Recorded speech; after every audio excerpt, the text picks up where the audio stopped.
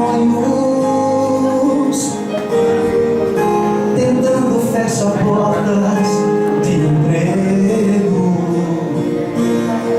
para que haja aflição e desespero. Estão tentando desviar os filhos do caminho que se deve andar, com promoções baratas deste mundo. Estão tentando destruir o lar. Mas não se desespere, ó família, pra tudo, meu Deus, tem uma saída. Ele é o primeiro pra se levantar e defender aquilo que Ele abençoou no altar. Mas não se desespere, ó família, pra tudo, meu Deus, tem uma saída. É questão de fé, é questão de confiar.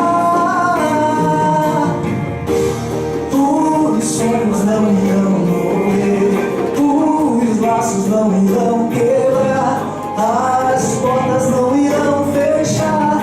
O meu Deus não vai deixar, os filhos não vão se perder, para casa sempre vão voltar. Aquele que constitui uma família, sempre por ela vai zelar.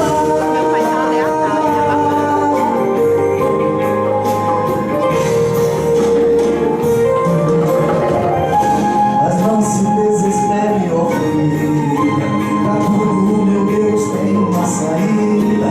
Ele é o primeiro pra se levantar e defender aquilo que Ele abençoou no altar.